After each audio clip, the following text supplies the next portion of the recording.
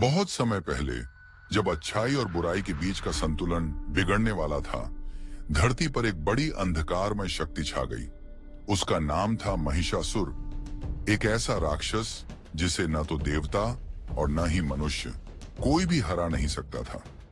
भगवान ब्रह्मा के वरदान से वह अजेय बन चुका था, लेकिन उसे नहीं पता था कि उसकी अहंकार भरी शक्ति एक ऐसी शक्ति को जगाएगी जो उससे भी अधिक प्रचंड थी।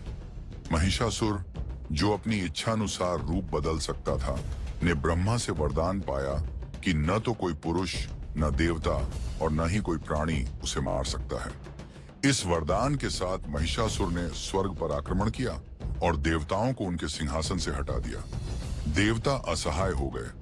उन्होंने समझा कि केवल एक शक्ति जो मनुष्यों और देवताओं से परे हो, वही इस राक्षस को हरा सकती है। तब उन्होंने अपनी दिव्य शक्तियों को मिलाया और एक अजेय देवी को जन्म दिया, शक्ति की प्रतीक मां दुर्गा। मां दुर्गा कोई साधारण देवी नहीं थी। वे एक योद्धा थीं जो सभी देवताओं की शक्ति से बनी थीं और उनके सबसे शक्तिशाली हथियारों से सुसज्जित थीं। एक हाथ में शिव का त्रिशूल तो दूसरे में विष्णु का चक्र।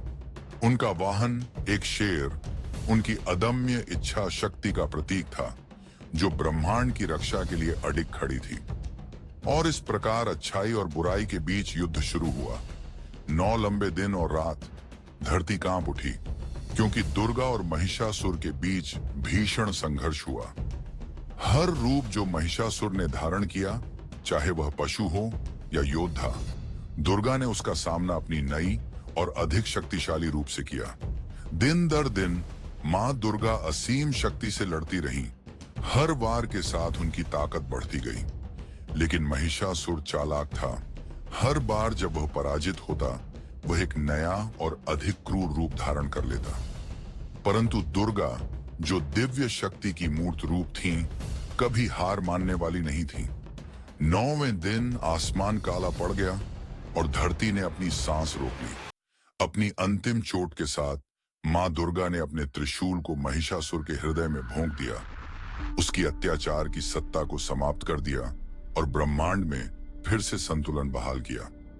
राक्षस का अंत हो चुका था और देवताओं ने खुशी मनाई। उनकी दुनिया में शांति लौट आई। यह महान युद्ध केवल एक देवी की राक्षस पर विजय का प्रतीक नहीं है। नवरात्रि हमें यह याद दिलाती है कि चाहे अंधकार कितना भी शक्तिशाली क्यों न हो, साहस, शक्ति और सच्चाई का प्रकाश हमेशा विजयी होता है। आज हम नवरात्रि मनाते हैं दुर्गा के सम्मान में और अच्छाई की बुराई पर शाश्वत विजय का जश्न मनाते हैं। 9 रातों तक हम नृत्य करते हैं, प्रार्थना करते हैं और अपने भीतर उस शक्ति को पहचानते हैं। वही शक्ति जो मां दुर्गा ने उस प्राचीन युद्ध में दिखाई थी। तो जब हम इस साल नवरात्रि मनाते हैं, याद रखें, नवरात्रि केवल एक त्योहार नहीं है, यह एक कहानी है, साहस का उत्सव है और यह याद दिलाता है कि चाहे हमारे सामने कितनी भी कठिनाइयां आएं, हमारे भीतर की शक्ति से हम उन्हें जीत सकते हैं। इस नवरात्रि की पौराणिक यात्रा में मेरे साथ शामिल होने के लिए धन्यवाद। अगर आपको यह कहानी प्रेरणादायक लगी हो तो कृपया लाइक, शेयर और सब्सक्राइब करें। आइए हम सभी साथ मिलकर दुनिया में आशा, शक्ति और अच्छाई का संदेश फैलाएं। अगले एपिसोड तक आशीर्वादित रहें और मां दुर्गा की शक्ति को जीवित रखें।